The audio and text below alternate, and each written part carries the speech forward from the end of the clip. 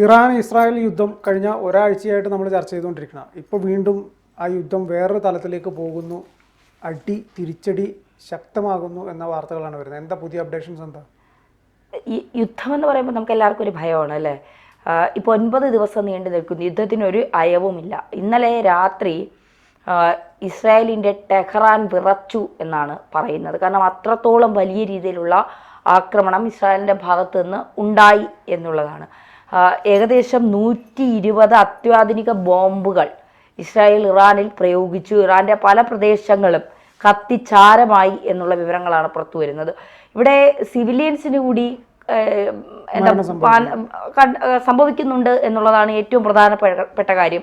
നിരവധി പേർ മരിക്കുന്നു. ഈ യുദ്ധത്തിനിടയിൽ അടിയും തിരിച്ചടിയും മാത്രമേ നമ്മൾ കാണുന്നുള്ളൂ, പറയുന്നുള്ളൂ. ഇതിനിടയിൽ മരിക്കുന്നവരെ നമ്മൾ പറഞ്ഞു പോകുന്നതല്ലാതെ അവരെക്കുറിച്ച് നമ്മൾ ഓർക്കുന്നു പോലുമില്ല. ഒരു തെറ്റും ചെയ്യാതിരിക്കുന്ന കുറേ ആളുകൾ മരിച്ചു വീഴുന്നു. ഇതാണ് യുദ്ധത്തിന്റെ അവസാനം എന്നുള്ളത്. ആത്യന്തികമായ വിജയം രണ്ട് ഭാഗം ആരെങ്കിലും ഒരാൾ നേടിയാലും നഷ്ടം രണ്ട് ഭാഗത്തുമുണ്ട് എന്നുള്ളതാണ്. ഇവിടെ ടെഹ്റാൻ വലിയ രീതിയിൽ എന്താ പറയുക, ഇസ്രായേൽ വിറപ്പിച്ചു കളഞ്ഞു എന്നുള്ളതാണ്. 120 മില്യൻ്റെ നാശനഷ്ടം ഇറാൻ ഉണ്ടായി എന്നുള്ളതാണ് ഇന്നലെ കണക്കുകൾ പുറത്തു വന്നതിൽ നിന്ന് മനസ്സിലാക്കുന്നത്. അതായത് ആണവ താവളങ്ങൾ, ഇറാൻ്റെ പ്രതിരോധ താവളങ്ങൾ, സൈനിക താവളങ്ങൾ അടക്കം ഇസ്രായേൽ അടിച്ച് ചാരമാക്കി എന്നുള്ളതാണ്.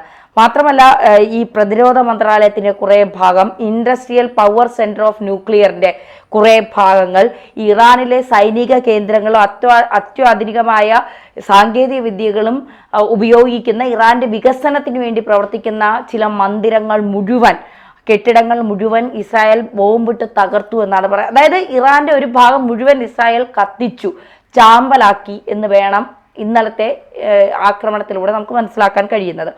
ഈ സമയത്താണ് ഇറാൻ ആദ്യമായി ക്ലസ്റ്റർ ബോംബുകൾ ഇസ്രായേലിലേക്ക് പ്രയോഗിക്കുന്നത്. ഈ ക്ലസ്റ്റർ ബോംബുകൾ എന്ന് പറഞ്ഞാൽ നമുക്കറിയാമല്ലോ, പണ്ട് മഹാഭാരത യുദ്ധത്തിലൊക്കെ ഉപയോഗിച്ചതാണ്. തൊടുക്കുമ്പോൾ 1, പോകുമ്പോൾ കൊള്ളുമ്പോൾ 1000. അത് തന്നെയാണ് ഇവിടുത്തെ ക്ലസ്റ്റർ ബോംബ് എന്ന് പറയുന്നത്. കുറേ മിസൈലുകൾ കുറേ ബോംബുകൾ ഒരു മിസൈലിനുള്ളിലാക്കി വെച്ചിട്ട് അതിനെ അയക്കുന്നു. അതൊരു പ്രദേശത്തിന്റെ വിവിധ ഭാഗങ്ങളിലേക്ക് ഇങ്ങനെ ചെന്ന് പതിക്കുന്നു.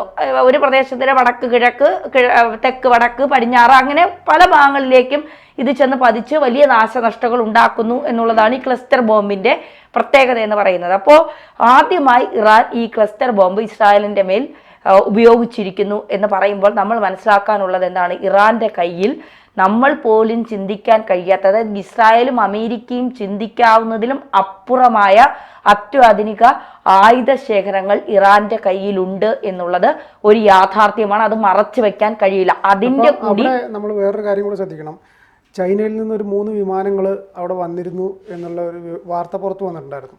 ഒരു പക്ഷേ അത് ചൈന കൊടുത്തതാവാനും വഴിയില്ലേ? തീർച്ചയായിട്ടും. കാരണം ഇന്ന് ഇറാന്റെ പരമോന്നത നേതാവ്, അല്ലെങ്കിൽ ഇറാനിലുള്ള ഒരു നേതാവ് പറഞ്ഞിരിക്കുന്നത്, US-നോട്, അമേരിക്കയോട് പറഞ്ഞിരിക്കുകയാണ്, നിങ്ങൾ ഞങ്ങളെ അടിക്കാൻ തീരുമാനിച്ചാൽ ഞങ്ങൾ തിരിച്ചടിക്കുന്നത് ഏത് വിധത്തിലായിരിക്കും എന്നുള്ളത് നിങ്ങൾക്ക് ചിന്തിക്കാവുന്നതിലും അപ്പുറമായിരിക്കും. അതായത് അമേരിക്ക ചുട്ട് ചാമ്പലാക്കും ഞങ്ങൾ എന്ന് ഇറാൻ പറഞ്ഞിരിക്കുന്നു. പെട്ടെന്ന് എവിടെ നിന്നാണ് ഇറാൻ ഒരു അമാനുഷിക ശക്തി വന്നത്?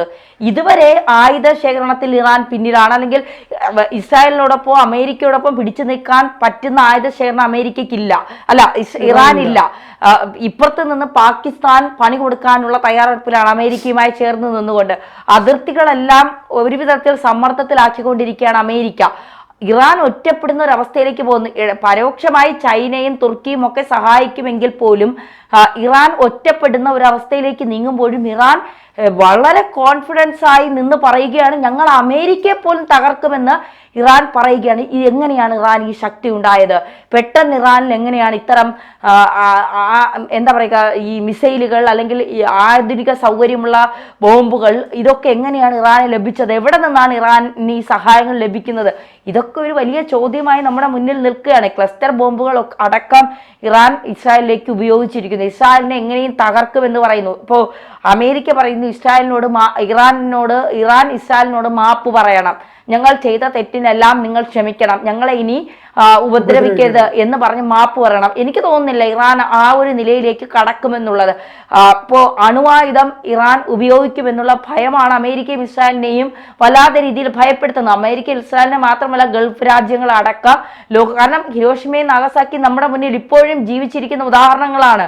അപ്പോൾ ഒരു അണുവായുധം പ്രയോഗിച്ചാൽ ഉണ്ടാവുന്ന നാശനഷ്ടങ്ങൾ എത്രമാത്രം വലുതായിരിക്കും എന്നുള്ളത് ഇരു രാജ്യങ്ങൾക്കും അറിയാം, ഒപ്പം അമേരിക്കയ്ക്കും അറിയാം. അതിൽ നിന്ന് ഇറാനെ പിന്തിരിക്കണം. ഇറാനെ സംബന്ധിച്ചിടത്തോളം ഇറാൻ ഒരു മുസ്ലിം രാഷ്ട്രമാണ് എന്നതിനപ്പുറം മതത്തെ മാത്രം കൂട്ടുപിടിച്ച് ജീവിക്കുന്ന ഒരു രാജ്യമാണ് ഇറാൻ. മതം എന്ത് പറയുന്നു അത് മാത്രം മനസ്സിലാക്കി മുന്നോട്ട് പോകുന്ന, അത് മാത്രം ഉൾക്കൊണ്ടുകൊണ്ട് മുന്നോട്ട് പോകുന്ന രാജ്യമാണ്. ഇവർ എന്ത് തീരുമാനം എടുക്കുമെന്ന് ഒരിക്കലും ഈ ഉത്തര കൊറിയയിലെ പ്രസിഡന്റ് എന്ത് നിലപാട് സ്വീകരിക്കും, കാരണം ചിന്തിക്കാതെ പ്രവർത്തിക്കുന്ന ഒരാളാണെന്ന് നമ്മൾ പലപ്പോഴും പറയും. അദ്ദേഹം ബുദ്ധിയുടെ അങ്ങ് അറ്റമാണെങ്കിലും പലപ്പോഴും പ്രവർത്തിക്കുന്നത് ചിന്തിക്കാതെയുള്ള പ്രവർത്തനങ്ങളാണെന്ന് നമുക്ക് പലപ്പോഴും തോന്നും. അതുപോലെയാണ് ഇറാനും. എങ്ങനെ എപ്പോൾ എന്ത് ചിന്തിക്കുമെന്ന് അറിയില്ല. ഒരു അണുവായുധം ഉപയോഗിക്കാം എന്ന് ഇറാൻ അങ്ങനെ ഉപയോഗിക്കാൻ കഴിയില്ല. എങ്കിൽ പോലും ഇറാൻ 90% യുറേനിയം സമ്പുഷ്ടീകരണം കഴിഞ്ഞിരിക്കുന്ന ഒരു രാജ്യമാണെന്ന് പറയുന്നുണ്ട്. അത്തരത്തിൽ ഒരു നിലപാട് ഇറാൻ സ്വീകരിച്ചാൽ എന്താകും ഉണ്ടാകാൻ പോകുന്നത് എന്നുള്ളത് വളരെ ആശങ്കപ്പെടുത്തുന്ന കാര്യം തന്നെയല്ലേ?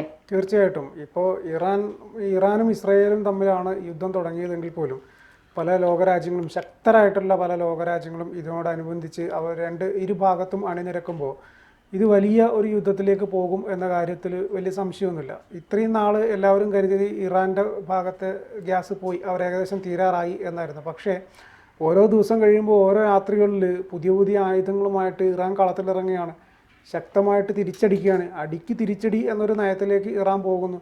പക്ഷേ അതേസമയം ഇറാന് അമേരിക്കയെ ഭയമാണ്. അമേരിക്ക ഏത് രീതിയിലാണ് ഇതിനെ പ്രതിരോധിക്കാൻ ഇവർക്ക് ഇസ്രായേലിന് സപ്പോർട്ട് കൊടുക്കുന്നത് എന്നതും ഇറാനെ സംബന്ധിച്ചിടത്തോളം അതൊരു ഭയമാണ്. അതിനിടയിലേക്കാണ് ചൈന ആയുധങ്ങളുമായിട്ട് ഇറാനെ സപ്പോർട്ട് ചെയ്യാൻ വരുന്നത്. അപ്പോൾ ഇത് ഇറാൻ്റെ കയ്യിലുള്ള ആയുധങ്ങളാണോ അതോ ചൈന നൽകിയ ആയുധങ്ങളാണോ എന്നതിനെക്കുറിച്ച് നമുക്ക് കൃത്യതയില്ല. പക്ഷേ ഇപ്പോൾ ഒരു ഊർജം കിട്ടിയതുപോലെ ഇറാൻ പ്രവർത്തിക്കുന്നു എന്നുള്ളതാണ് നമ്മൾ മനസ്സിലാക്കുന്നത്. ഒരു പക്ഷേ ചൈന നൽകിയ ആ വലിയൊരു സപ്പോർട്ടായിരിക്കാം ഇറാനെ അങ്ങനെയൊരു കാര്യത്തിലേക്ക് എടുത്തു ചാടിച്ചത്. ഇതിന് തൊട്ട് മുൻപേ വരെ നമ്മൾ കേട്ടുകൊണ്ടിരുന്ന വാർത്തകൾ എന്ന് വെച്ച് കഴിഞ്ഞാൽ യുദ്ധം തീരാൻ പോകുന്നു, സൗദിയോടും ഒക്കെ ഇറാൻ്റെ ഭാഗത്ത് നിന്ന് പറഞ്ഞിട്ടുണ്ട്, ഒന്ന് അമേരിക്കയായിട്ടും ഇസ്രായേലുമായിട്ട് സംസാരിച്ചിട്ട് ഇത് തീർക്കാനുള്ള ഒരു കാര്യത്തിലേക്ക് പോകണം എന്ന് പറയുന്നത്. പക്ഷേ പിന്നീട് അവർ ആ ഒരു തീരുമാനത്തിൽ നിന്ന് പിറകോട്ട് പോയോ എന്ന് നമ്മൾ ചിന്തിക്കേണ്ടി വരും. കാരണം അങ്ങനെ പിറകോട്ട് പോയെങ്കിൽ മാത്രമാണ് ഈ രാത്രികാലങ്ങളിലെ ഈ ആക്രമണങ്ങൾക്ക് അവർക്ക് മുതിരാൻ സാധിക്കുകയുള്ളൂ.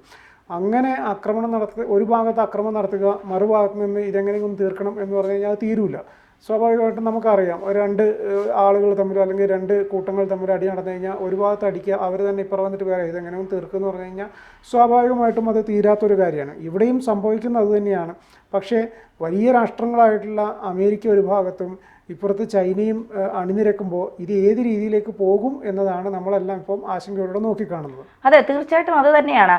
ഇപ്പോൾ ഇറാനെ അങ്ങനെ നമ്മൾ ചെറിയ ഒരു എന്താ പറയുക ഒരു രീതിയിൽ കാണേണ്ട കാര്യമില്ല എന്നാണ് ഇപ്പോൾ നമുക്ക് മനസ്സിലാക്കാൻ സാധിക്കുക. കാരണം ക്ലസ്റ്റർ ബോംബുകൾ അടക്കം ഇസ്രായേലിലേക്ക് അയക്കാൻ ഇറാൻ ധൈര്യം കാണിക്കുന്നുണ്ട് എങ്കിൽ ഇറാന്റെ കയ്യിൽ ആവനാഴിയിൽ ഇനിയും നമ്മൾ ആരും പ്രതീക്ഷിക്കാത്ത ആയുധങ്ങളുണ്ട് എന്ന് തന്നെയാണ് നമ്മൾ മനസ്സിലാക്കേണ്ടത്. എന്തായാലും ട്രംപിനെ വരെ വെല്ലുവിളിച്ച് അല്ലെങ്കിൽ അമേരിക്കയെ വരെ തീർക്കും ചാരമാക്കുമെന്ന് പറഞ്ഞ ഇറാൻ എന്തോ വലിയ നിഗൂഢതകൾ അല്ലെങ്കിൽ വലിയ ഗൂഢാലോചനകൾ നടത്തി കൃത്യമായ ഒരു ഉത്തരം ഇസ്രായേൽ ആക്രമിച്ചാൽ നൽകാൻ വേണ്ടി ഇറാൻ കരുതി വച്ചിട്ടുണ്ട്. അത് തന്നെയാണ് അവരുടെ ഈ ഒരു പെട്ടെന്നുള്ള ഈ ഒരു കോൺഫിഡൻസിന് കാരണം.